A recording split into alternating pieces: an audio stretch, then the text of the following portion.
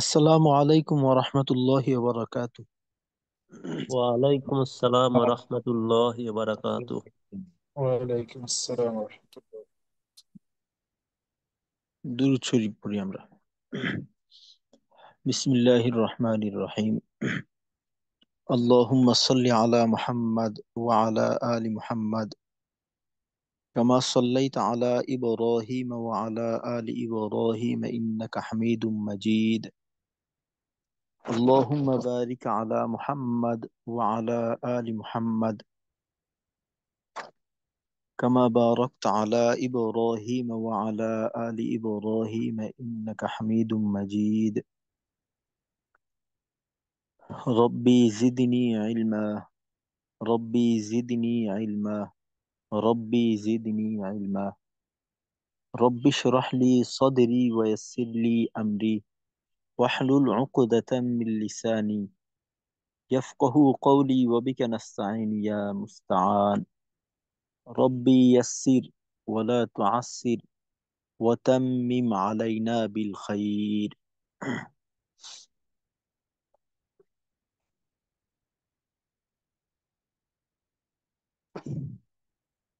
আলহামদুলিল্লাহ, আজকে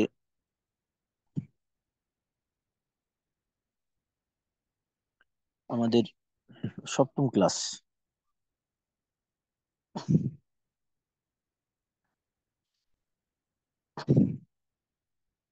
তো আজকের ক্লাসে আমরা ইনশাল্লাহ মাদ এবং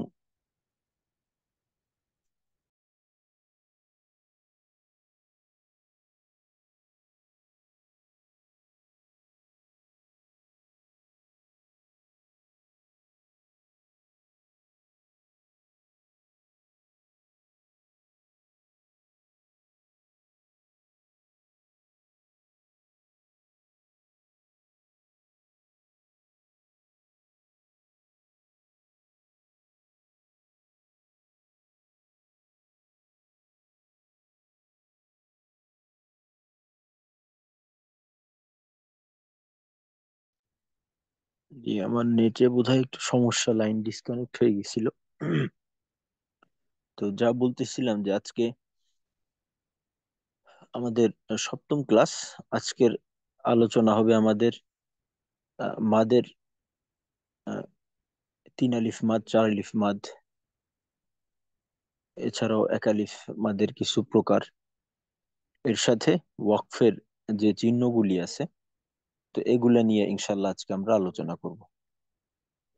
আর গতকালকে আমাদের আলোচনা হয়েছিল আল্লাহ শব্দের লাম, র, আহ, ইত্যাদি বিষয় এবং মিম সাকিন, এইসব বিষয়ে আমাদের গতকালকে আলোচনা হয়েছিল। তো আমরা আমাদের কায়দা কানুনের যে আলোচনাগুলি আছে, তো এগুলার একেবারে শেষ প্রান্তে চলে আসছি। তো আজকের এই আলোচনাটা হয়ে গেলে আমাদের আর বেশি একটা আহ, আলোচনা বাকি থাকবে না। এছাড়া আহ, দুই একটা বিষয় থাকবে যেটা আসলে সর্বদা প্রয়োজন হয় না, কোনো কোনো বিশেষ ক্ষেত্র নিয়ে দুই একটা আলোচনা আছে বাকি। আর তাছাড়া কায়দা কানুনের যে আলোচনা আছে এগুলা ইনশাল্লাহ আজকের ক্লাসের মাধ্যমে শেষ হয়ে যাবে। তারপর ইনশাল্লাহ আমরা বাকি যে কয়েকটা দিন আছে, ইনশাল্লাহ ওই কয়েকদিন আমরা একটু মশক করার চেষ্টা করবো, আর বিভিন্ন দুই একটা বিষয় আছে ওগুলো নিয়ে আলোচনা হবে আমাদের। তো আজকে আহ, আলোচনার বিষয়ের প্রথমে আমরা শুরু করতে যাচ্ছি মাদের আলোচনা দিয়ে। তো আমরা মাদ সম্পর্কে সবাই অবগত। আর আমরা জানি যে মাদ অর্থ হলো টেনে পড়া। মাদ অর্থ মাদ, এর শাব্দিক অর্থ হলো টানা, দীর্ঘ করা ইত্যাদি। এটা হলো মাদের শাব্দিক অর্থ, আবিধানিক অর্থ বলতে পারি। আর তাজবিদের পরিভাষায় মাদ বলা হয় হরকতের উচ্চারণকে লম্বা করা, এটাকে মাদ বলে। হরকতের উচ্চারণ টেনে পড়াকে মাদ বলা হয়। শাব্দিক অর্থ হলো টানা বা লম্বা করা, তাজবিদের পরিভাষায় মাদ বলা হয় হারাকাতের উচ্চারণ টেনে পড়া। আর আমরা জানি যে মাদ সাধারণত পরিমাণের ভিত্তিতে মদ হলো তিন প্রকার। পরিমাণের ভিত্তিতে মদ হলো তিন প্রকার: এক আলিফ মাদ, তিন আলিফ মাদ এবং চার আলিফ মাদ। তো মাদের ক্ষেত্রে একটা বিষয় হলো যেটা আমরা সচরাচর জানি, তো কোনো কোনো ক্ষেত্রে দেখা যায় এর ভিন্নতা থাকে। মাদের ক্ষেত্রে কিছুটা ভিন্নতাও থাকে। আমরা যেটা জানি, আহ, আমরা হয়তো নির্দিষ্ট একটা জানি, এর বাহিরেও থাকে। যেমন ধরেন, আমরা যেটাকে একালিফ মাদ হিসেবে চিনি, তো ওই সমস্ত কোনো কোনো মাদের ক্ষেত্রে দেখা যায় যে একালিফের বেশি করার সুযোগ থাকে। বা যেটাকে তিন আলিফ জানি বা চার আলিফ জানি, ওই ক্ষেত্রেও কম করার সুযোগ থাকে। বা একটু তিন আলিফের ক্ষেত্রে দেখা যায় তিন আলিফের থেকে একটু চার আলিফ পর্যন্ত করার সুযোগ থাকে। আবার চার আলিফের ক্ষেত্রে দেখা যায় যে এটাকে একটু কম করে তিন আলিফের মতো করে করার সুযোগ থাকে। তো ইনশাল্লাহ এগুলোও আজকের আলোচনার মাধ্যমে আমরা জানার চেষ্টা করব। তো সাধারণত পরিমাণের উপর ভিত্তি করলে মাদকে তিন প্রকারে ভাগ করা যায়: এক আলিফ মাদ, তিন আলিফ মাদ এবং চার আলিফ মাদ। তো যদি শর্ত ছাড়া মাদের হরফ আমরা পাই, তো আমরা জানি যে ওইখানে এক আলিফ টেনে পড়তে হয়। তো এইখানে দুই একটা প্রকার থাকে, যেমন নাম আছে মাদ্দে তবাই, স্বাভাবিক অবস্থায়, অর্থাৎ মাদের হরফ বা মাদের হরকত হইলে এক আলিফ টেনে পড়তে হয়, এটাকে বলা হয় মাদ্দে তবাই। আর যদি হামজার হরকতের সঙ্গে এই মাদগুলা থাকে, ওইটাকে বলা হয় মাদ্দে বদল। তো মাদ্দে বদলকেও এক হিসেবে মাদ্দে তবাইয়ের ভিতরে নিয়ে আসা যায়। তবে একালিফ মাদের ক্ষেত্রে একটা আহ, বিশেষ মাদ হলো মাদ্দে লিন, যেটার কিনা মাদের হরফ বা মাদের হরকতের সঙ্গে কোনো সম্পর্ক নেই। শুধুমাত্র মাদের যে প্রকারগুলি আছে, মাদকে 10 প্রকার বলতে পারি, বা আবার একটু আহ, ই করলে প্রকার আরো বাড়ে। তো 10 প্রকার বললে এটার মাঝে অন্য অন্য প্রকারগুলো চলে আসে। তো সব ধরনের মাদের ক্ষেত্রেই কিন্তু মাদের হরফের উপস্থিতি থাকে, অথবা মাদের হারাকাতের উপস্থিতি থাকে। তবে এই ক্ষেত্রে ব্যতিক্রম হলো মাদ্দে লিন। মাদ্দে লিনের মাঝে মাদের হরফ পাওয়া যায় না, মাদের হারাকাতও পাওয়া যায় না, লিনের হরফের উপর ভিত্তি করে এই মাত্রা হয়ে থাকে। তো মাদ্দে লিনের ক্ষেত্রে লিনের হরফের প্রয়োজন। আর আমরা লিনের হরফ সম্পর্কে জানি যে জবরের বাম পাশে জজমালা ওয়াও, জবরের বাম পাশে জজমালা ইয়া, এই দুইটা হলো লিনের হরফ। আর মাদ্দে লিন বলা হয় লিনের হরফের বামের হরফে যদি ওয়াকফ হয়, তখন এইটাকে বলা হয় মাদ্দে লিন। লিনের হরফের বামের হরফে ওয়াকফ হইলে এটাকে বলা হয় মাদ্দে লিন। আর মাদ্দে লিনকে আমরা জানি যে একালিফ টেনে পড়তে হয়। তবে মাদ্দে লিনের ক্ষেত্রে সুযোগ আছে আমাদের জন্য তিন আলিফ পরিমাণ পর্যন্ত লম্বা করা। অর্থাৎ একালিফ না করে যদি আমরা তিন আলিফ করি, তাহলে এখানে আমাদের ভুল হবে না, তিন আলিফ করার সুযোগ আছে। যেমন খৌফ, নাউম, কুরাইশ, সইফ, বাইত ইত্যাদি। তো মাদ্দে লিনের ক্ষেত্রে অনেক সময় দেখা যায় যে আমাদের একটা সমস্যা দেখা যায়। ওইটা হলো যে আমরা কোন অংশকে লম্বা করব। যেমন অনেকে তেলাওয়াতের সময় দেখা যায় কু র ইশ, কু র ইশ। বিশেষ করে মাদ্দেলিন যখন ইয়ে দিয়ে হয়, স ইফ, স ইফ, এমন হয়। তো এই ক্ষেত্রে আমাদের লম্বাটা করতে হবে লিনের হরফটাকে। যেমন এই উদাহরণটা যদি দেখি আমরা, কু র, র এর ক্ষেত্রে কোনো লম্বা নেই। র ইয়া জবর রই, এই এই যে ই, যে আওয়াজটা আছে এইটাকে লম্বা করতে হবে। রাইশ, রইশ। এখানে র এবং ই এই দুইটাকে আলাদা করা যাবে না। আমাদের আহ, যে সমস্যাটা হয় যে আমরা একটু দূরে নিয়ে যাই আর কি, আলাদা করে ফেলি দুইটা আওয়াজকে। অর্থাৎ কুরাইশ, কুরাইশ, রইশ, একটু দূরত্ব হয়ে যায় আর কি। তো এই দূরত্বটা থাকবে না, এটাকে কাছাকাছি নিতে হবে। যে রইশ, কুরাইশ, সইফ ইত্যাদি। এই একটা বিষয়। আর একটা হলো যে যখন ওয়াও দিয়ে হয় ওই সময়টায় ওয়াও এর উচ্চারণটা সাধারণত ও এর মতো হয়। তবে যেমন ধরেন খ, ওয়াও জবর খও, খও, ও। কিন্তু যখন ওয়াও মাদ্দে লিন হিসেবে আসে তখন ওয়াও এর উচ্চারণটা কিন্তু ওর মতো না হয়ে ওয়াও এর উচ্চারণটা হয় উ এর মতো, দীর্ঘ উ এর মতো হয়। তো এখানে খৌফ না হয়ে এখানে হবে খৌফ। নাউম, নাউম না, নাউ ইত্যাদি। তো এই দুইটা বিষয় মাদ্দে লিনের ক্ষেত্রে আমাদের একটু সতর্ক থাকা দরকার। একটা হলো যে যখন ইয়ে দিয়ে হবে তখন আমাদের আওয়াজটাকে যুক্ত রাখতে হবে, হরকতের উচ্চারণটা এবং লিনের হরফের উচ্চারণটাকে যুক্ত রাখতে হবে, দুইটাকে আলাদা করা যাবে না। এক।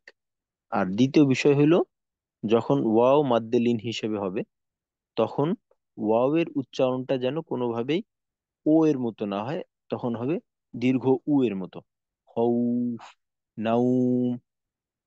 এই হলো মাদ্দে লিন।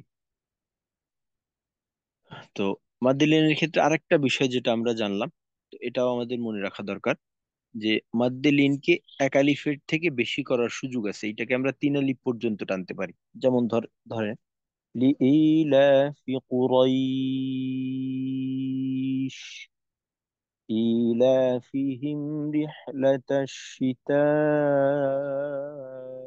والصيف। তো এখানে বেশি টানলাম, তিন আলিফের পরিমাণ মতো করে টানলাম। তবে একটা বিষয় লক্ষ্য রাখা দরকার, আমি যখন তেলাওয়াত করব তেলাওয়াতের সময় এক বৈঠকে যখন তেলাওয়াত করব, ধরেন এখন আমি এক পৃষ্ঠা তেলাওয়াত করব, তো পুরো তেলাওয়াতটার ভিতরে বিষয়টাকে এক রাখতে হবে। যদি আমি তিন আলিফ টানি পুরা তিন আলিফ, প্রত্যেকটা জায়গাতেই তিন আলিফ টানবো। যদি এক আলিফ টানি প্রত্যেকটা জায়গাতেই এক আলিফ টানবো। এমন যেন না হয় যে এক জায়গায় তিন আলিফ করলাম, এক জায়গায় এক আলিফ করলাম। তো এতে করে তেলাওয়াতের, আগে একদিন বলছিলাম, তেলাওয়াতের ওজন ঠিক রাখতে হবে, তেলাওয়াতকে উম, এক লেভেলে রাখতে হবে। এটা যেন এলোমেলো হয়ে না যায়, গোছালো রাখতে হবে। বেশি টানলে বেশি সব জায়গাতেই, কম টানলে কম সব জায়গাতেই। তো এই বিষয়টা আমাদের বিশেষভাবে মাদ্দে লিনের ক্ষেত্রে লক্ষণীয়। তো মাদ্দে লিনের বিষয়ে আপনাদের একজনের কাছ থেকে যে বিষয়গুলো নিয়ে আলোচনা করা হইলো, তা আপনারা যদি একটু নিজের মতো করে শুনাইতেন যে আসসালামু মাদ্দে লিন আলাইকুম কাকে বলে। রহমতুল্লাহ বারাকাতুহু। ওয়ালাইকুম আসসালাম রহমতুল্লাহ। জি হাবিব ভাই। জবরের বাম পাশে যজমালা ওয়াও, জবরের বাম পাশে যজমালা ইয়া, লিনের হরফের বামের হরফ ওয়াকফ করিলে এক আলিফ টান দিয়া পড়িতে হয়, ইহাকে মাদ্দে লিন বলে। যেমন খৌফুন, খৌফ, নাওম, কুরাইশ, সাইফ, সয়িফ, জি। ওয়াইদ। ভাই, আচ্ছা, তো এই আমরা আহ, সংজ্ঞা এবং উদাহরণ পেয়ে গেলাম। তো এর সাথে আমাদের মাদ্দে লিনকে কি একালিফই করব নাকি বেশি কম করার সুযোগ আছে? এখানে সবগুলাকে আহ, সঠিকভাবে মানে এক আলিফ করে পড়তে হবে, এক আলিফ টেনে পড়তে হবে। না না, আমার প্রশ্ন যেটা ওইটা হলো যে মাদ্দে লিন তো একালিফের প্রকার হিসেবেই আমরা জানি, বা একালিফ। তো একালিফের থেকে বেশি ধরেন যদি তিন আলিফ টানি তখন কি ভুল হবে কিনা? জি, আপনি বললেন যে তখন এটা পড়ার যে ইয়া সেটা নষ্ট হবে। না না, এইখানে বিষয়টাকে আরেকটু ক্লিয়ার করি। মাদ্দে লিনকে আপনি চাইলে তিন আলিফও টানতে পারেন। এইখানে আপনার অপশন তখন ওয়াকফ অপশন আছে। করা যাবে না। ওয়াকফ তো অবশ্যই মাদ্দে লিনের জন্য।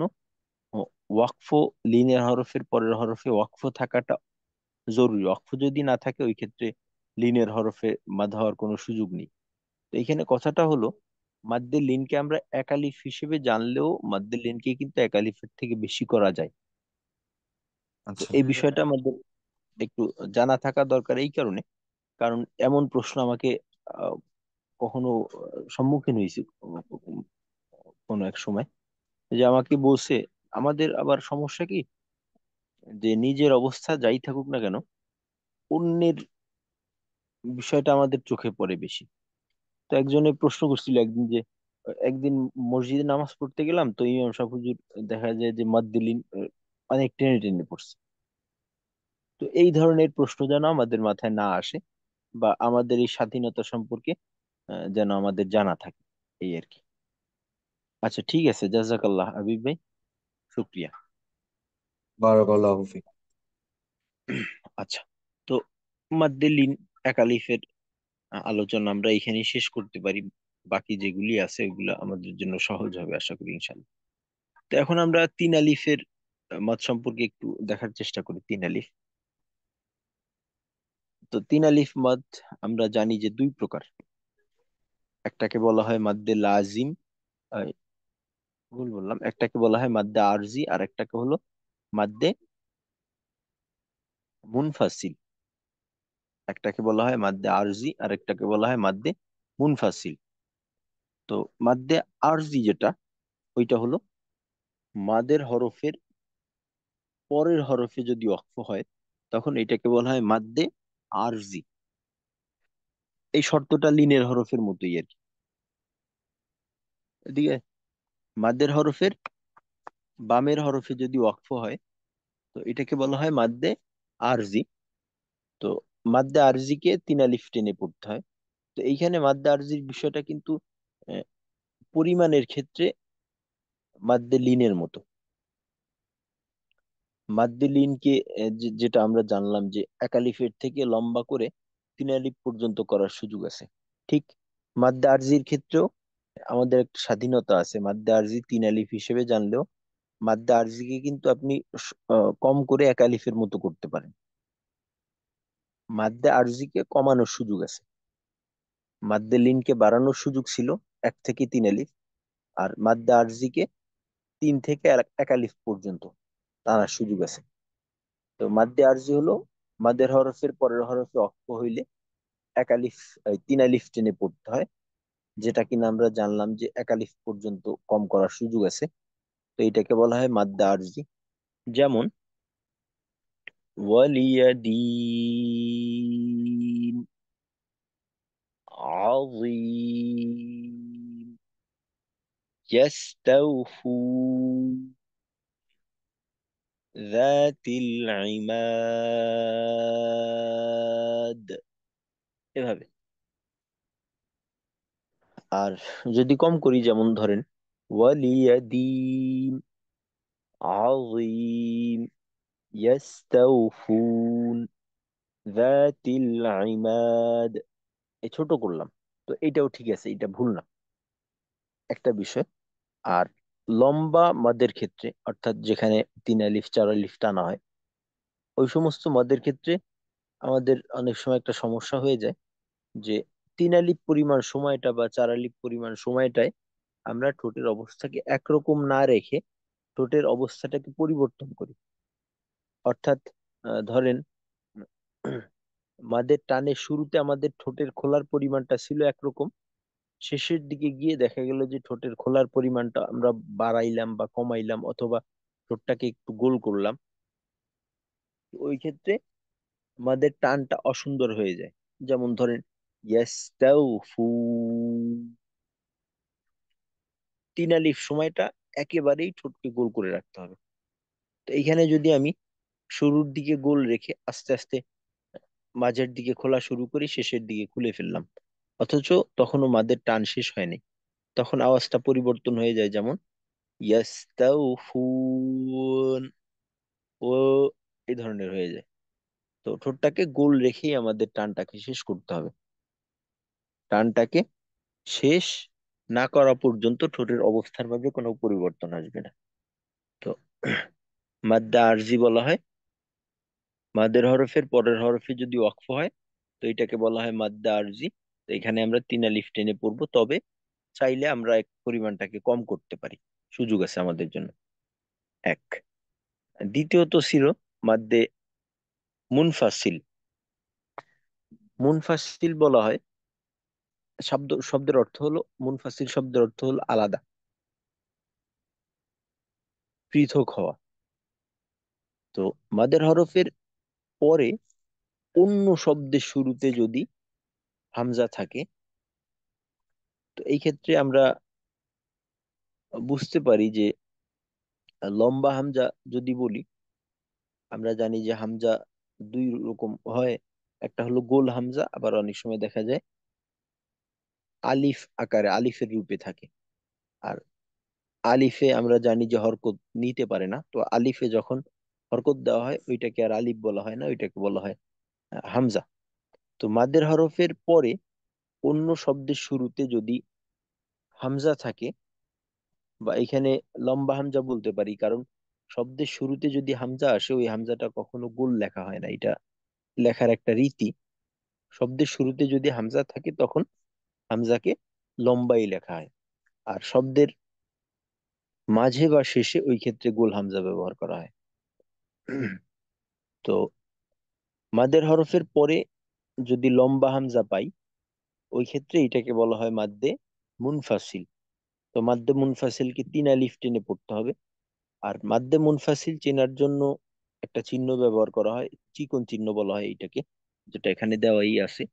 তো এটাকে বলা হয় চিকন চিহ্ন। আর মাদ বোঝানোর জন্য আমরা জানি যে আরেকটা চিহ্ন ব্যবহার করা হয়, ওইটাকে বলা হয় মোটা চিহ্ন।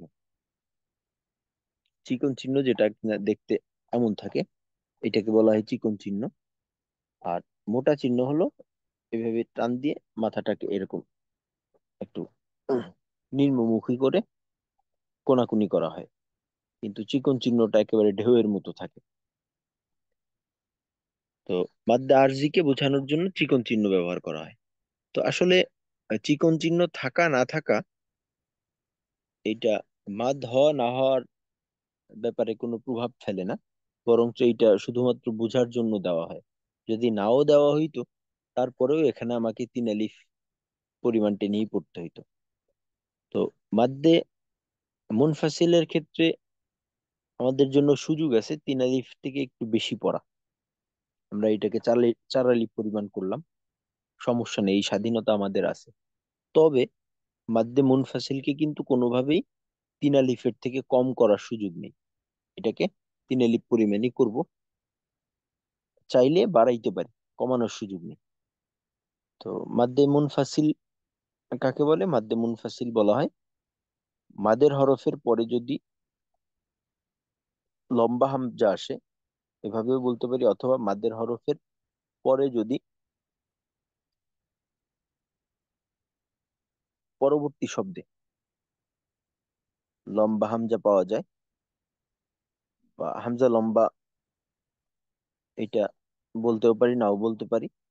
যে মাদের হরফের পরে অন্য শব্দের শুরুতে যদি হামজা আসে, তখন এইটাকে বলা হয় মাদ্দে মুনফাসিল। ডান দিকের হরকতের উচ্চারণকে 3 আলিফ টেনে পড়তে হবে। যেমন এখানে উদাহরণ দেওয়া আছে, ওয়ামা আরসালনা,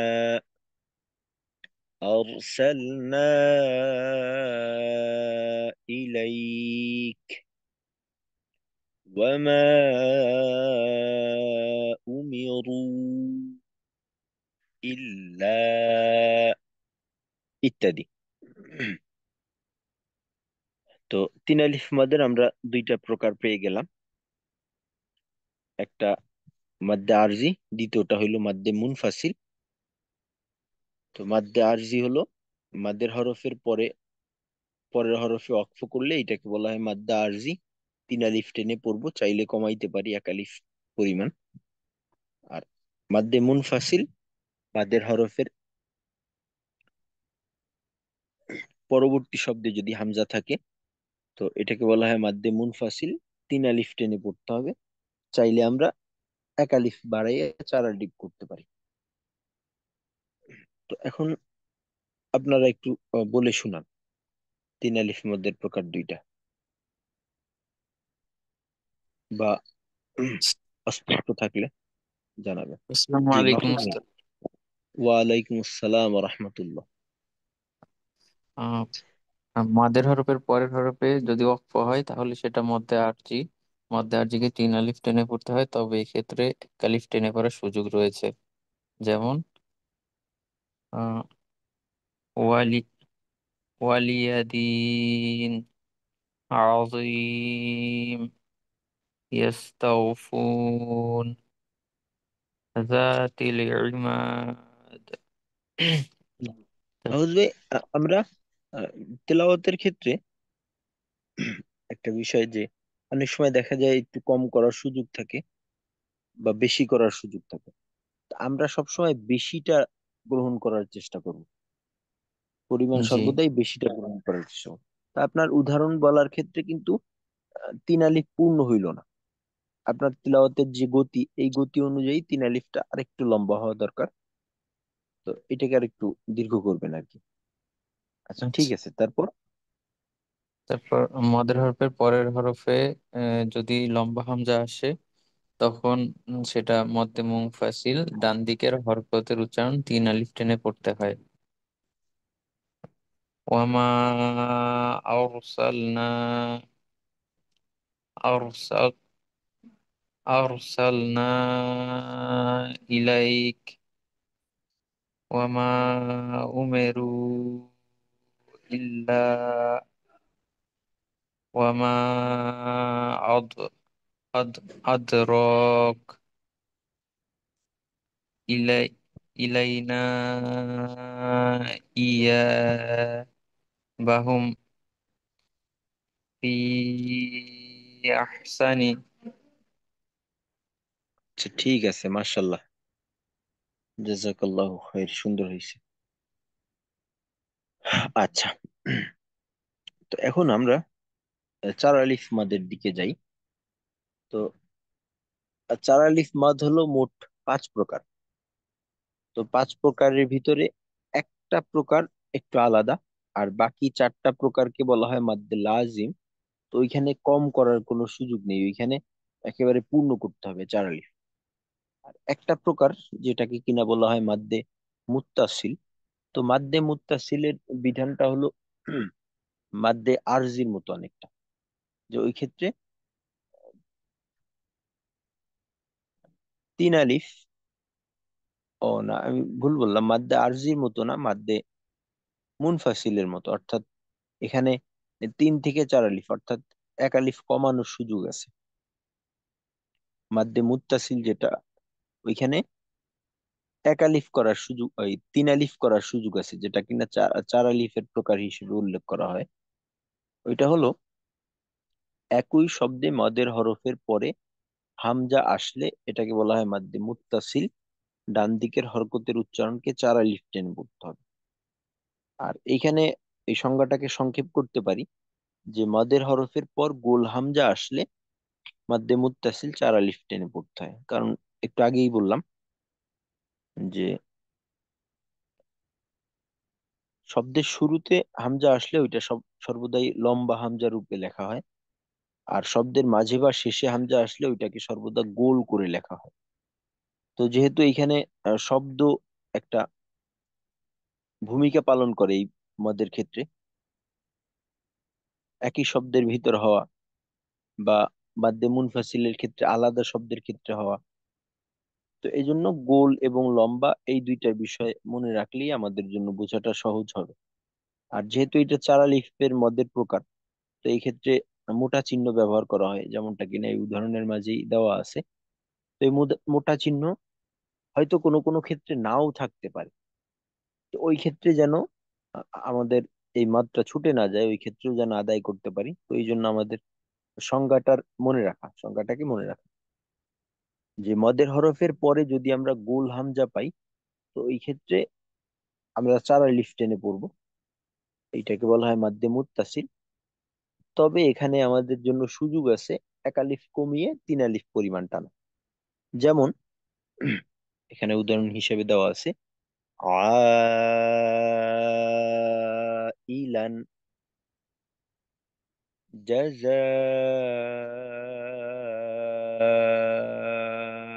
জাযাআন। আর এইখানে আরেকটা বিষয় দেখি, যেমন এখানে একটা হামজায় দুইটা জবর দেওয়া আছে, তানবিন আছে।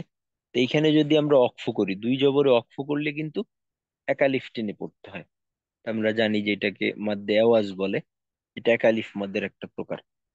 যেমন এখানে যদি আমরা ওয়াকফ করি, অকফের নিয়মে পড়ি, তখন আমরা পড়বো জাযা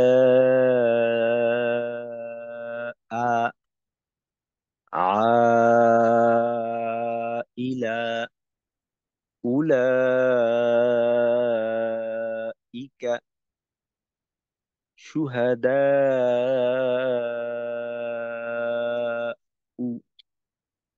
বা ওয়াকফ করলে শুহাদা।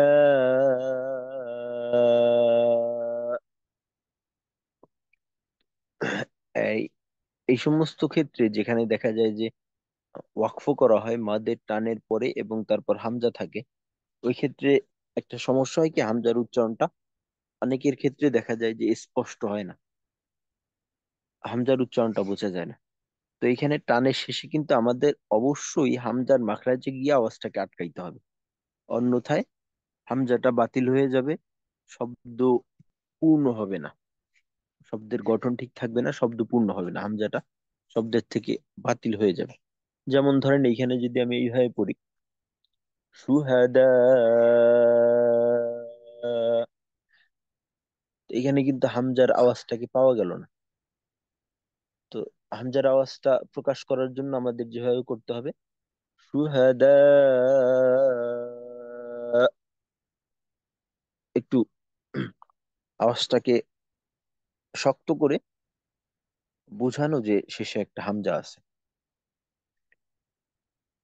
তো এই হলো আমাদের চার আলিফ মাদের প্রথম প্রকার, যেটা কিনা মাদ্দে মুত্তাসিল নামে পরিচিত। তো মাদ্দে মুত্তাসিল এইটার বিধান যেহেতু একটু ভিন্ন, তো এই জন্য এটাকে আলাদা রাখা হয়েছে। আর বাকি যে চারটা আছে ওই চারটাকে বলা হয় মাদ্দে লাজিম। ওইখানে কম বেশি করার সুযোগ নেই, এইখানে যেহেতু একটু কম করার সুযোগ আছে, তো এই জন্য এটাকে আলাদা।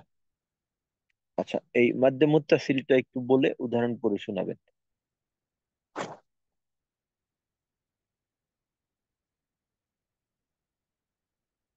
জি, একজনের শুনাই।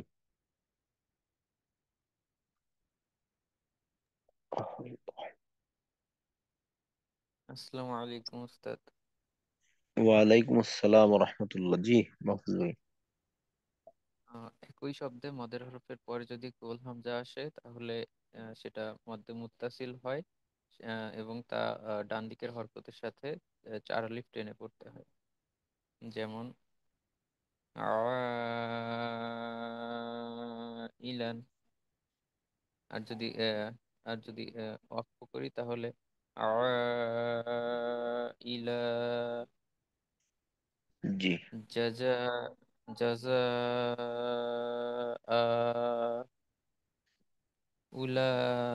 উলাইক শুহাদা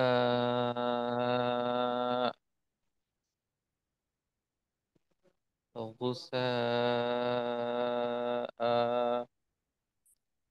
حنفاء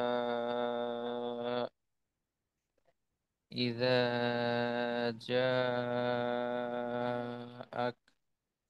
আচ্ছা, এখানে আল মাহফুজ ভাই আপনার কিন্তু জি প্রথমটা ছিল ইজা একালিফ, এটা কিন্তু জি। লম্বা হয়ে গেছে, এটাকে ও লম্বা করা যায়।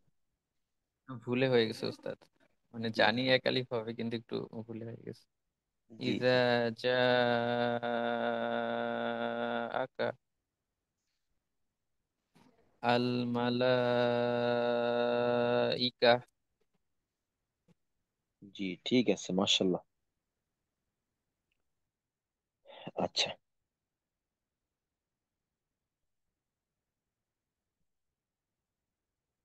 এখন আমরা দেখার চেষ্টা করব চার আলিফ মাদের বাকি চার প্রকার, যেগুলাকে মাদ্দে লাজিম বলা হয়। এগুলাকে বলা হয় মাদ্দে লাজিম। তো এর নামগুলা মুখস্থ করা একটু কষ্টকর হয়ে যায় অনেক সময়, তবে একটু বুঝে পড়লে সহজ। মাদ্দে লাজিম হরফি মুখাফফাফ, মাদ্দে লাজিম হরফি মুসাক্কাল, মাদ্দে লাজিম কালমি মুখাফফাফ, মাদ্দে লাজিম কালমি মুসাক্কাল। এই চারটা। তো প্রথম দুইটার সম্পর্ক হলো হরফের সাথে, আর দ্বিতীয় দুইটার সম্পর্ক হলো শব্দের সাথে, বা যেটাকে আরবিতে বলা হয় কালিমা। আর কালিমা অর্থ হলো শব্দ। তো প্রথম দুইটার সম্পর্ক হলো হরফের সাথে, আর দ্বিতীয় দুইটার সম্পর্ক হলো শব্দের সাথে। তো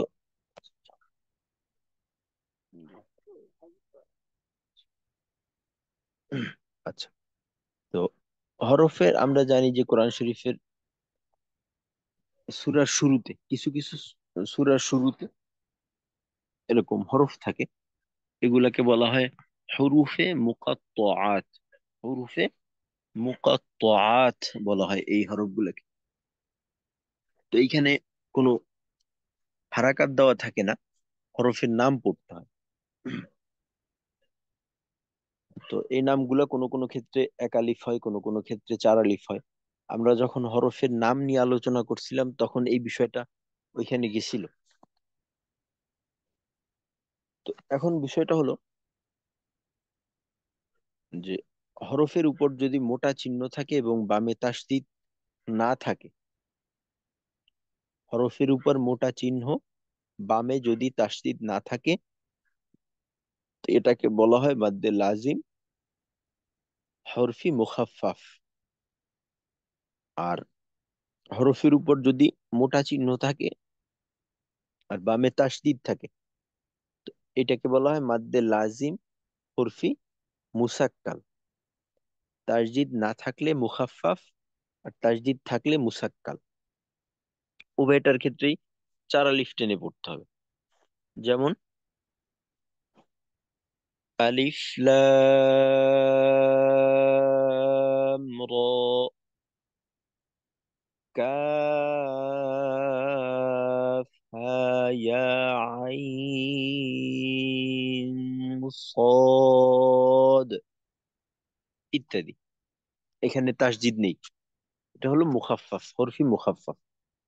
আর তাসদিদ থাকলে হরফি মুসাক্কাল। যেমন আলিফ লাম মিম, আলিফ লাম মিম صاد, এভাবে পড়ব। আসলে এখানে এই যে টান গুলা হয়, এই টান গুলা হয় কিন্তু মোটা চিহ্ন চিকন চিহ্ন ইত্যাদির কারণে না। এখানেও টান গুলা হয় আসলে মাদের হরফের অস্তিত্ব থাকার কারণে। ওইটা হলো কি, আমরা কিন্তু এই হরফ গুলা পড়ি না, বরং এই হরফের নাম গুলা পড়ি। এই হরফের নাম পড়ি, এই হরফের নামের মাঝে কিন্তু মদ থাকে। যেমন যদি একটু দেখানোর চেষ্টা করি, ধরেন প্রথম যেটা আছে আলিফ লাম র, এখানে আসলে আমরা পড়ি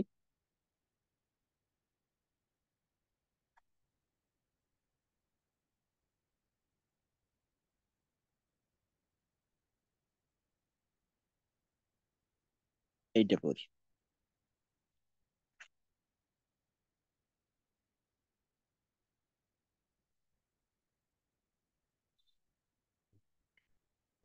এখানে মূলত আমরা পড়ি, দেওয়া আছে শুধুমাত্র তিনটা হরফ, কিন্তু পড়ার সময় আমরা পড়ি আলিফ লাম র। তো আমরা এই এইখানে মোটা চিহ্ন হবে, একই শব্দের ভিতরে মাদের হরফের পরে জজম আসছে, একই শব্দে মাদের হরফের পর জজম আসছে। তো এই কারণে এইখানে নিয়ম হয়, নিয়ম অনুযায়ী চার আলিফ টেনে পড়তে হয়। তো যেহেতু আমরা হরফের নাম পড়ি, নামের ভিতরে মদ পাওয়া যায়, এই জন্য আসলে টানগুলা হয়, এটা এমন না যে এমনিতেই হয়। তো এই মাদের হরফ এর নামের মাঝে পাওয়া যায়। তো মাদ্দে লাজিমের দুইটা প্রকার আমরা পাইলাম। একটা হলো হরফের উপর যদি মোটা চিহ্ন থাকে, বামে তাসদিদ না থাকে, অথবা যদি তাসদিদ থাকে। তো উভয়টার ক্ষেত্রে বিধান একই, 4 আলিফ টেনে পড়তে হবে। আর এখানে কম করার কোনো সুযোগ নেই আমাদের। দ্বিতীয়ত যেটা, ওইটা হলো কালিমার সাথে সম্পৃক্ত বা শব্দের সাথে সম্পৃক্ত। ওই দুইটা হলো মাদ্দে লাজিম কালমি মুখাফফাফ, মাদ্দে লাজিম কালমি মুসাক্কাল। ওইখানেও মুখাফফাফ মুসাক্কাল এই বিষয়টা আসছে, শুধু পার্থক্য হলো হরফির জায়গায় কালমি। তো মাদ্দে লাজিম কালমি মুখাফফাফ বলা হয় হরফের উপর মোটা চিহ্ন থাকে যদি, আর বামে জজম থাকে। হরফের উপর মোটা চিহ্ন, বামে জজম থাকলে এটাকে বলা হয় মাদ্দে লাজিম কালমি মুখাফফাফ। আর আচ্ছা, মাদের হরফের উপর মোটা চিহ্ন, আমি শুধু হরফ বলছি মনে হয়, যে মাদের হরফের উপর মোটা চিহ্ন, বামে জজম থাকলে এটাকে বলা হয় মাদ্দে লাজিম কালমি মুখাফফাফ। আর মাদের হরফের উপর যদি মোটা চিহ্ন থাকে, বামে তাসজিদ থাকে, তখন এটাকে বলা হয় মাদ্দে লাজিম কালমি মুসাক্কাল। তো উভয়টার ক্ষেত্রেই 4 আলিফ টেনে পড়বো আমরা। তো এইখানেও পরিমাণের ক্ষেত্রে কম বেশি করার কোনো সুযোগ আমাদের নেই। আর আরেকটা বিষয় হলো, মাদের হরফ আর মাদের হারাকাত দুটোটা কিন্তু একই জিনিস। মাদের হারাকাত অর্থাৎ খারা জবর খারাজের উল্টা পেশ। তো এইটা হলো আসলে মূলত মাদের হরফকে সহজে লেখার জন্য এই চিহ্ন ব্যবহার করা হয়। খারা জবর এর অর্থ হলো যে জবরের বাম পাশে একটা খালি আলিফ আছে, তো আলিফটাকে আলাদা করে না লিখে খারা জবর দিয়েই আলিফটাকে বোঝানো। আর খারাজের এটাও এরকম, যে জেরের বাম পাশে জজমালা ইয়া, তো ওই জজমালা ইয়াটাকে না লিখে জেরটাকে একটু লম্বা করে দেওয়া, খাড়া করে দেওয়া। পেশের ক্ষেত্রে একটা জজমালা ওয়াও থাকে, ওইটাকে বাদ দিয়ে পেশটাকে একটু উল্টা করে বোঝানো যে এখানে একটা ওয়াও আছে, জজমালা ওয়াও। তো মাদের হারাকাত মাদের হরফ একই জিনিস, এখানে কোনো পার্থক্য নেই। যেমনটা কিনা আমরা এই তৃতীয় নম্বর মাদ অর্থাৎ মাদ্দে লাজিম কালমি মুখাফফাফের মাঝে জানলাম যে মাদের হরফের উপর মোটা চিহ্ন। তো আসলে এখানে উদাহরণের মাঝে দেখা যাচ্ছে যে মাদের হরফ নেই, বরঞ্চ খাড়া জবর আছে, যেটা কিনা আমরা মাদের হারাকাত হিসেবে চিনি, কিন্তু সংজ্ঞায় বলা হইলো মাদের হরফ। তো এই আসলে একই জিনিস। আর মাদ্দে লাজিম কালমি মুখাফফাফ যেটা আছে, এটা কোরআনের মাঝে এই শব্দের মাঝেই পাওয়া যায়, এই শব্দের মাঝেই সীমাবদ্ধ। এই জন্য দেখেন যে এটার উদাহরণে একটা আনা হয়েছে, এটার দ্বিতীয় উদাহরণ নেই। তো যদি মাদের হরফের উপর মোটা চিহ্ন পাই বা মাদের হারাকাতের উপর মোটা চিহ্ন পাই, আর বামে জজম থাকে, তখন আমরা 4 আলিফ টেনে পড়বো। এটাকে বলা হবে মাদ্দে লাজিম কালমি মুখাফফাফ। যেমন আল আনা। আর মাদের হরফের উপর মোটা চিহ্ন, বামে তাসদিদ থাকলে মাদ্দে লাজিম কালমি মুসাক্কাল, 4 আলিফ। যেমন ضالة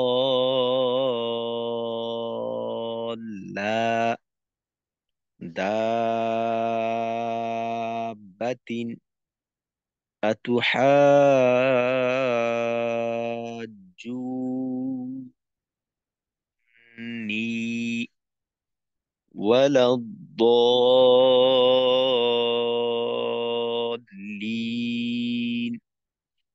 ইত্যাদি।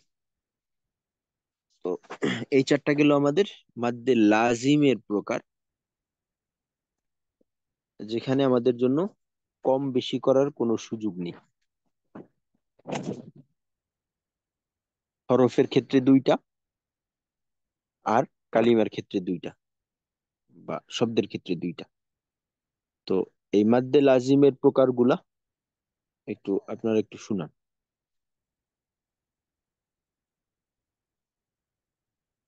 জি, কে শোনাবেন?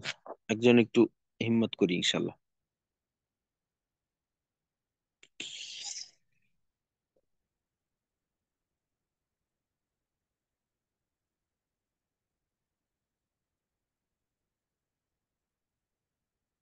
জি, পারা যাবে না?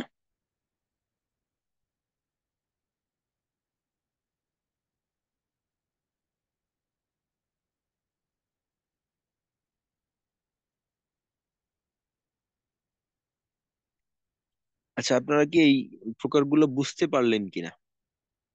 বোঝার ক্ষেত্রে কোনো সমস্যা কিনা? জি ইনশাআল্লাহ ওস্তাদ, বুঝতে পারছি। আচ্ছা, ঠিক আছে। জি, জিয়াউল হক ভাই শুনাইতে পারবেন? জি উস্তাদ, পারবো। আচ্ছা, তাহলে আপনি একটু শুনান। জি, মাদ্দে লাজিম চার প্রকার। এক নাম্বার প্রকার, হরফের উপর মোটা চিহ্ন, বামে তাসদিদ নাই। এই প্রকারের মাদকে মাদ্দে লাজিম হরফি মুখাফফাফ বলা হয়। উদাহরণ: আলিফ লাম র, কাফ হা ইয়া আইন সদ। আচ্ছা, ইয়া। এইখানে জিয়াউল হক ভাই, এইখানে একটা বিষয়, আগেই একটা বিষয় বললাম যে আসলে এখানে হরফ দেওয়া থাকলেও আমরা আসলে হরফের নাম পড়ি। তো নামের ভিতরে কিন্তু অনেক কায়দা থেকে যায়। যেমন এখানে আইন সদ, এখানে কিন্তু একটা গুণনা আছে। বিষয়টা কিরকম? যেমন আমি যদি একটু লিখে দেখাই,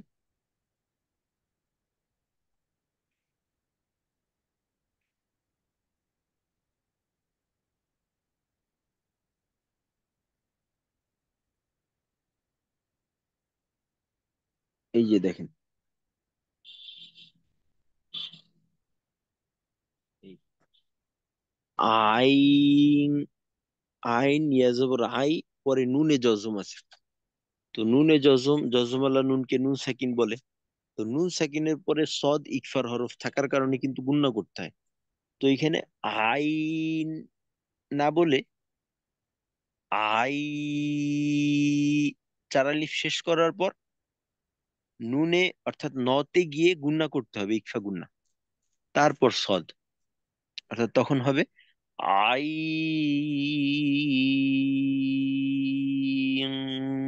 সদ, এরকম। জি কি উস্তাদ। উদাহরণ একবার? উস্তাদ, এটা আবার উচ্চারণ করি তাহলে। জি, কাফ হা ইয়া আইন সদ। জি। ইয়াসিন সদ। আচ্ছা, ঠিক আছে, তারপরের কারণ, ওই তারপরের কায়দা।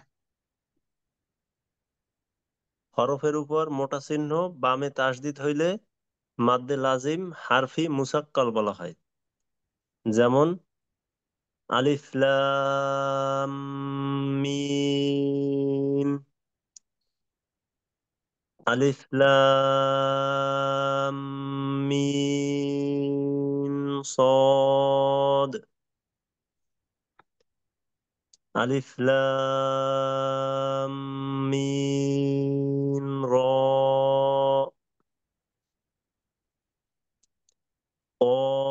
সিন মিম। জি। 3 নাম্বার, আচ্ছা।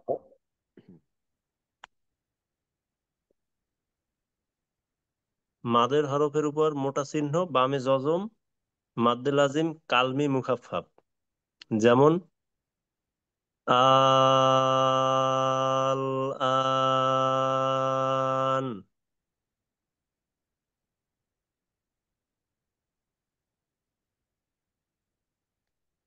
জি।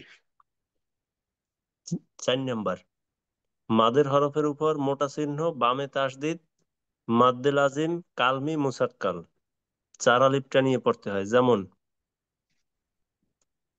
বলান,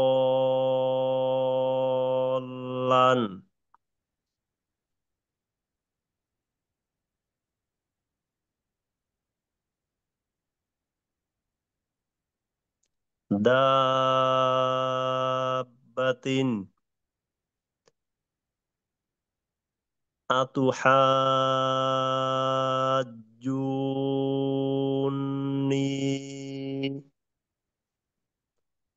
ওয়ালাদ্দল্লিন।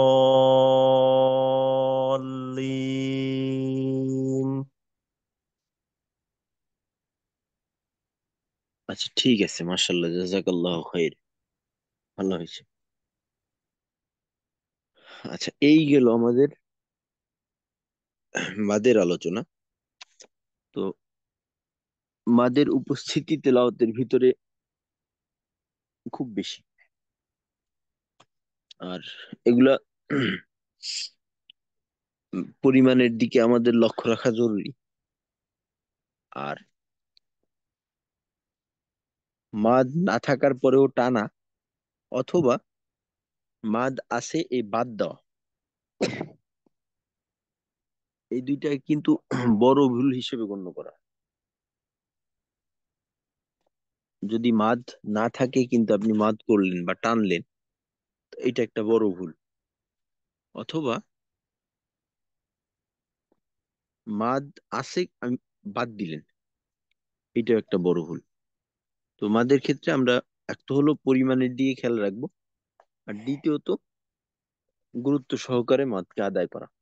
অন্যথায় দেখা যাইতে পারে যে আমাদের তেলাওয়াতের অর্থ পরিবর্তন হয়ে ভিন্ন রূপ ধারণ করবে। তো অবশ্যই আমাদের এটা খেয়াল রাখতে হবে। এখন ইনশাল্লাহ আমরা ওয়াকফের চিহ্ন যেগুলো আছে ওগুলা একটু দেখে নেওয়ার চেষ্টা করব। কারণ তেলাওয়াত করতে গেলে কিছু কিছু ক্ষেত্রে দেখা যায় থামাটা জরুরি। আমাদের জানা না থাকার কারণে দেখা যায় অনেক সময় সমস্যা হয়ে যায়। তো এই জন্য আমাদের ওগুলো একটু জানা থাকা দরকার, বিশেষ করে যেগুলো গুরুত্বপূর্ণ। এখানে আমি একটা ছবি নিয়ে আসছি। বাকি প্রত্যেকটা কোরআন শরীফেরই শুরুতে অথবা শেষে এই চিহ্নগুলো দেওয়া থাকে। আমরা ওইগুলো কিন্তু আমাদের দেখে নেওয়া দরকার। তো এখানে দেখেন, সাধারণত আমরা যে হাফিজি কোরআন শরীফ যারা তেলাওয়াত করি, তো ওই ক্ষেত্রে আয়াতের মাঝে অনেক সময় চিহ্ন দেওয়া থাকে। আয়াতের শেষে যে চিহ্ন দেওয়া থাকে এটাকে বলা হয় দায়রা, বলা হয় বৃত্ত, যেটা বাংলায় আমরা বৃত্ত বলতে পারি। এই বৃত্ত দেওয়া থাকে। তো এই বৃত্ত থাকা মানে এখানে যাই লেখা থাকুক না কেন, এখানে আমার জন্য থামার সুযোগ আছে। কারণ পরবর্তী যে চিহ্নগুলো দেওয়া আছে, এই ধরনের চিহ্নগুলো অনেক সময় দেখা যায় যে এইখানে দেওয়া থাকে। তো এই প্রত্যেকটা চিহ্নের এক একটা অর্থ থাকে, এক একটা নির্দেশনা থাকে। যখন এই চিহ্নগুলা এই গোল চিহ্নের উপরে দেওয়া থাকবে, তো ওই ক্ষেত্রে ওই সংকেতটা উত্তম অনুত্তম যাই বুঝাক না কেন, অনুত্তম বুঝাইলেও আমার জন্য থামার সুযোগ আছে, কারণ ওই অর্থের দিকে লক্ষ্য রেখে না থামাটা ভালো এমনটা বুঝাই কোনো কোনো ক্ষেত্রে। তবে আমি চাইলে থামতে পারি, কারণ এখানে এই ক্ষেত্রে থামাটা একেবারে রাসূল থেকেই প্রমাণিত। তো থামা যাইতে পারে, কোনো অসুবিধা নেই। তো এটাকে বলা হয় ওয়াকফে তাম, অর্থাৎ এই চিহ্ন যেখানে দেওয়া থাকে এর মধ্যে আয়াত নাম্বার লেখা থাকে, আর এটার দ্বারা বোঝায় যে একটা আয়াত পরিপূর্ণভাবে এখানে শেষ হলো, এই একটা বিষয়। তারপর অনেক সময় দেখা যায় যে জিম দেওয়া থাকে। যখন ধরেন এইটা ওই আগেই বললাম, এই জিমটা যদি আয়াতের শেষে দেওয়া থাকে, একেবারে একটা আয়াত পূর্ণতা পাইলো ওইখানে দেওয়া থাকে, তো ওই ক্ষেত্রে জিমের অর্থ যাই হোক না কেন, আমি থামতে পারি, কোনো অসুবিধা নেই। কিন্তু যদি এইটা অনেক সময় দেখা যায় যে আয়াতের মাঝে দেওয়া থাকে, তো ওই ক্ষেত্রে এটা একটু গুরুত্ব সহকারে খেয়াল করা। তো জিম দ্বারা বোঝানো হয় ওয়াকফে জায়েজ। তো এখানে চাইলে আমরা দম ছাড়তে পারি, তবে চাইলে আমি এখানে মিলে পড়তে পারি, কোনো সমস্যা নেই। চাইলে থামতে পারি, চাইলে মিলেই পড়ে যেতে পারি। তারপর হলো ত দেওয়া থাকে। তো ত ওয়াকফে মুতলাক, দম ফেলা বা ওয়াকফ করাটা এই ক্ষেত্রে উত্তম। তবে চাইলে আমি মিলেও পড়তে পারি।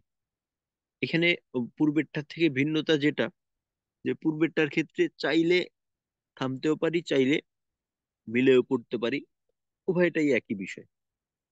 তবে তয়ের ক্ষেত্রে দম ফেলানোটা উত্তম, তবে চাইলে মিলে পড়া যাইতে পারে, অসুবিধা নেই। তবে উত্তম, এখানে একটাকে উত্তম বলা হয়েছে। পরবর্তীতে দেখা যায় যে কিছু কিছু আয়াতের উপরে এইভাবে দেওয়া থাকে, আইন লেখা থাকে। তো আমরা জানি যে এটা রুকু, এটাকে রুকু বলা হয়।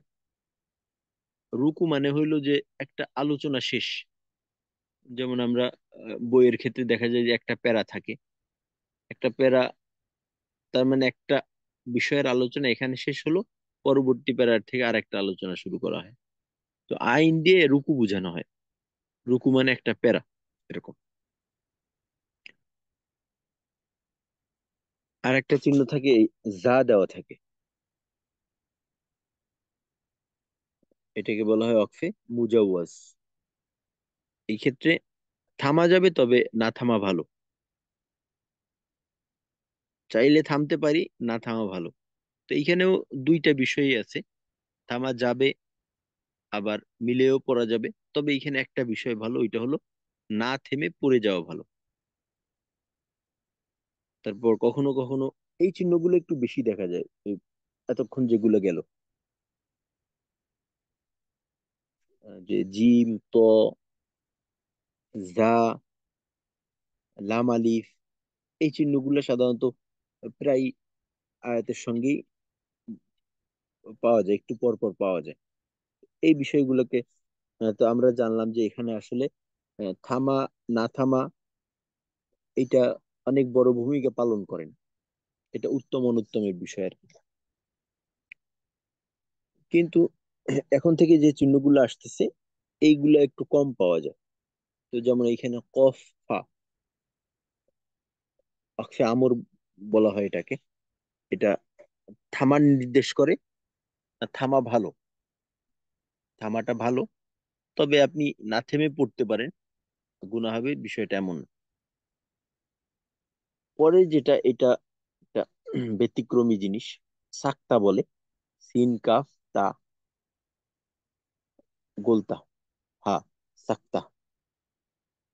তো এইখানে যে কাজটা করতে হয়, যে দম না ছেড়ে 1 সেকেন্ড নীরব থেকে আবার পড়ে যেতে হবে। যেমন ধরেন কাল্লা বাল রানা, এই যে কাল্লা বাল রানা, আওয়াজ থামাইতে হবে, কিন্তু দম ছাড়া যাবে না। দম ধরে রাখে একটু সময় চুপ থাকা, এটাকে বলা হয় সাক্তা। তো এটা কোরআন শরীফের মাঝে পাওয়া যায়, তবে খুব বেশি যে তা না। তারপর আর একটা চিহ্ন পাওয়া যায়, ওয়াও, কফ, ফা, গোলতা, যেটাকে ওয়াকফা বলা হয়। এইটাও আসলে সাক্তার মতোই কাজ করে। এই চিহ্নটা সাক্তার তুলনায় অনেক কম, অনেক কম। সাক্তার উপস্থিতি তুলনামূলকভাবে এর থেকে বেশি। তো এটাও অনেকটা সাক্তার মতো কাজ করে। তবে এই ক্ষেত্রে সাক্তার চাইতে একটু কম সময় নিতে পারি আমরা, একটু কম সময়। তারপর কখনো কখনো সদ লেখা থাকে, সদ, এটাকে ওয়াকফে নবী বলা হয়, সাল্লাল্লাহু আলাইহি সাল্লাম। তো এখানে রাসূল সাল্লাল্লাহু আলাইহি সাল্লাম থামতেন। এমনটা পাওয়া যায়। তো এখানে আমরাও থামবো। এটা আসলে না থামলে যে অসুবিধা, মিলে পড়লে গুনাহ হবে বিষয়টা এমন না, তবে থামাটাই ভালো। তারপর দেখা যায় যে এইরকম বিন্দু দেওয়া থাকে। তো এরকম বিন্দু দেখা যায় যে পাশাপাশি থাকে, একটা অংশের পরে আসলো, যদি এই তিনটা বিন্দু আসে পরবর্তী অবশ্যই আর একটা পাওয়া যাবে,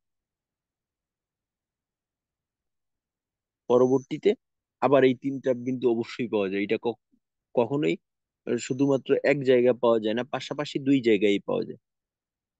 তো এইটা যেটা বোঝায় যে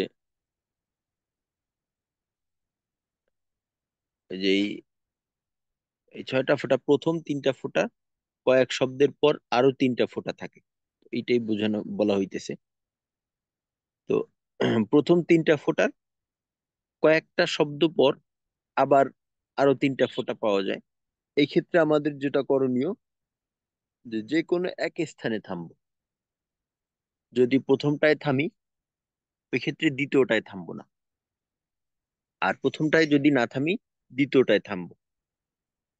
এই বিষয়টাও করা যাইতে পারে, উত্তম অনুত্তমের বিষয়। তবে উভয়টায় যদি না থামি, এমন না যে গুনাহ হবে বা অর্থ পরিবর্তন হবে, এমনটা না, তবে এমনটা করা ভালো। তারপর আবার এই চিহ্নটাও পাওয়া যায়, সদ লাম ইয়া। এই ক্ষেত্রে আমাদের যেটা আমরা করতে পারি বা আমাদের যেটা করণীয়, তো এটা হলো, এটা বোঝায় যে আগে পরের বাক্য মিলিয়ে পড়া ভালো। কারণ এখানে দেখা যায় যে শব্দে এই অর্থের মিল থাকে, অর্থের মিল থাকার কারণে যেটা হয় যে আগের বাক্যটাকে যদি পরের সাথে মিলিয়ে পড়ি, ওই ক্ষেত্রে অর্থটা সুন্দর হয়। আর যদি থেমে যাই, মিলিয়ে না পড়ি, ওই ক্ষেত্রে অর্থটা পূর্ণতা পায় না বা একটু অসম্পূর্ণ থেকে যায়। মিলিয়ে পড়াটা ভালো। তারপর কফ দেওয়া থাকে, তো এখানে থামা যেতে পারে। তারপর সদ থাকে, তো সদের ক্ষেত্রে দীর্ঘ বাক্যে থামার প্রয়োজন হলে এখানে থামা উচিত। এই যেটা আছে, এইটা সবচাইতে জরুরি। এখানে এখন যেটা আসছে, এটাকে বলা হয় ওয়াকফে লাজিম। মিম দেওয়া থাকে, তো এর উপস্থিতিও মোটামুটি ভাবে পাওয়া যায়, আমরা এই ক্ষেত্রে ভুল করি। ওয়াকফে লাজিমের উপস্থিতি তেলাওয়াতের মাঝে থাকে, যথেষ্ট পরিমাণে থাকে। তো অবশ্যই দম ছেড়ে দিতে হবে। ওয়াকফে লাজিমের ক্ষেত্রে অবশ্যই দম ছেড়ে দিতে হবে। এই ক্ষেত্রে যদি আমরা দম না ছাড়ি, ওই দম না ছাড়লে, অর্থাৎ ওয়াকফ না করে যদি পরের অংশের সাথে মিলিয়ে পড়ি, তো ওই ক্ষেত্রে অর্থ পরিবর্তন হয়ে যাওয়ারও কোনো কোনো ক্ষেত্রে সম্ভাবনা থাকে। আমরা এটা বিশেষভাবে মনে রাখবো। ওয়াকফে লাজিম যেখানে আছে, যে অংশে মিম দেওয়া থাকবে, ওইখানে আমরা অবশ্যই থামবো। যদি না থেমে পরের অংশের সঙ্গে মিলিয়ে পড়ি, তো ওই ক্ষেত্রে দেখা যায় যে ভিন্ন ধর্মী একটা অর্থ বোঝার সম্ভাবনা থাকে। তো এখানে দম ছেড়ে দিতে হবে। এখানে কিন্তু উত্তম অনুত্তমের বিষয় না। লাজিম মানে, লাজিম শব্দের অর্থই হলো যে জরুরি, অত্যাবশ্যকীয় বিষয়। তো ওয়াকফে লাজিমের ক্ষেত্রে আমরা দম অবশ্যই ছাড়বো, এখানে মিলিয়ে পড়বো না। আর সর্বশেষ এই চিহ্নটাও উম, অনেক বেশি দেখা যায়, আহ, লাম আলিফ। তো এখানে দম ফেলা যাবে না, তবে ওয়াকফে তামের উপর থামলে থামা যাবে। যেটা কিনা আমি পূর্বেই বলছিলাম, যে ওয়াকফে তাম যেটা গোল চিহ্ন, অর্থাৎ আয়াত নাম্বার যেখানে দেওয়া থাকে, ওই ক্ষেত্রে যাই থাকুক না কেন, আমি চাইলে থামতে পারি, চাইলে থামতে পারি। উত্তম অনুত্তম যাই হোক না কেন, চাইলে থামতে পারি। কিন্তু এই চিহ্নগুলা বিশেষ করে ত, জা, তারপর লাম আলিফ, জিম, বিশেষ করে এই চারটা চিহ্ন, এই উপস্থিতি অনেক বেশি থাকে এদের। জিম, ত, জা এবং লাম আলিফ, এই চারটা চিহ্ন যদি গোল বৃত্তে না থেকে আয়াতের ভিতরে থাকে, ওই ক্ষেত্রে এই চিহ্নর যে নির্দেশনা, এটাকে আমরা ফলো করব, একটু গুরুত্ব সহকারে ফলো করার চেষ্টা করব। আর যদি বৃত্তের সাথে থাকে, তো ওই ক্ষেত্রে আমরা থামতে পারি, নিঃসন্দেহে সমস্যা হবে না। তো ইনশাল্লাহ যখন আমরা তেলাওয়াত করব, তেলাওয়াতের ক্ষেত্রে এই নির্দেশনাগুলো অবশ্যই খেয়াল রাখবো। আর এটা পাওয়াটা আমাদের জন্য কষ্টকর না, কোরআন শরীফের আগে পিছে পেয়ে যাব ইনশাল্লাহ। তো আল্লাহ রাব্বুল আলামিন আমাদেরকে যথাযথভাবে কোরআন তেলাওয়াতের তৌফিক দান করুক। তো ইনশাল্লাহ আমরা এই বিষয়গুলোকে, যদি অস্পষ্টতা থেকে থাকে, তো আমরা ওইটা দেখে নেব। আর গতকালকে বলছিলাম যে আমরা এখন থেকেই তেলাওয়াত কম বেশি শুরু করব, যাতে করে কোরআনের শুরুতে, রমজানের শুরুতে গিয়ে তেলাওয়াতের গতিটা আমাদের একটু ভালো থাকে। অন্যথায় দেখা যাবে যে শুরুর দিকে তেলাওয়াতের গতি কম থাকবে, যে আমাদের আগাইতে একটু কষ্ট হবে। শুরুর দিকে যদি একটু আগাই যাওয়া যায়, পরবর্তীতে সমস্যা কম হয়। আর শুরুর দিকে যদি একটু ধীর গতি থাকে, ওই ক্ষেত্রে পরবর্তীতে গিয়ে দেখা যায় যে একটু চাপ হয়ে যায়। তো ইনশাল্লাহ এই বিষয়টাও আমরা খেয়াল করার চেষ্টা করব। তো আজকের আলোচনা আমাদের এখানেই শেষ। আমাদের কারো যদি কিছু বলার থাকে আজকের আলোচনার বিষয়ে।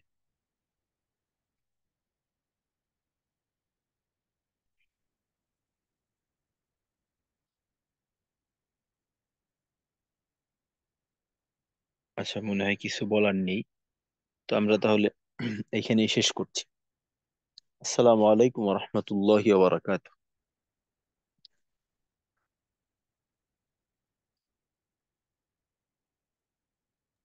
ওয়ালাইকুম আসসালাম রহমতুল্লাহ বারাকাতু। দোয়া পড়ে শেষ করি। সুবহানাল্লাহি ওয়া বিহামদিহি, সুবহানাকাল্লাহুম্মা ওয়া বিহামদিকা, আশহাদু আল্লা ইলাহা ইল্লা আনতা, আস্তাগফিরুকা ওয়া আতুবু ইলাইক।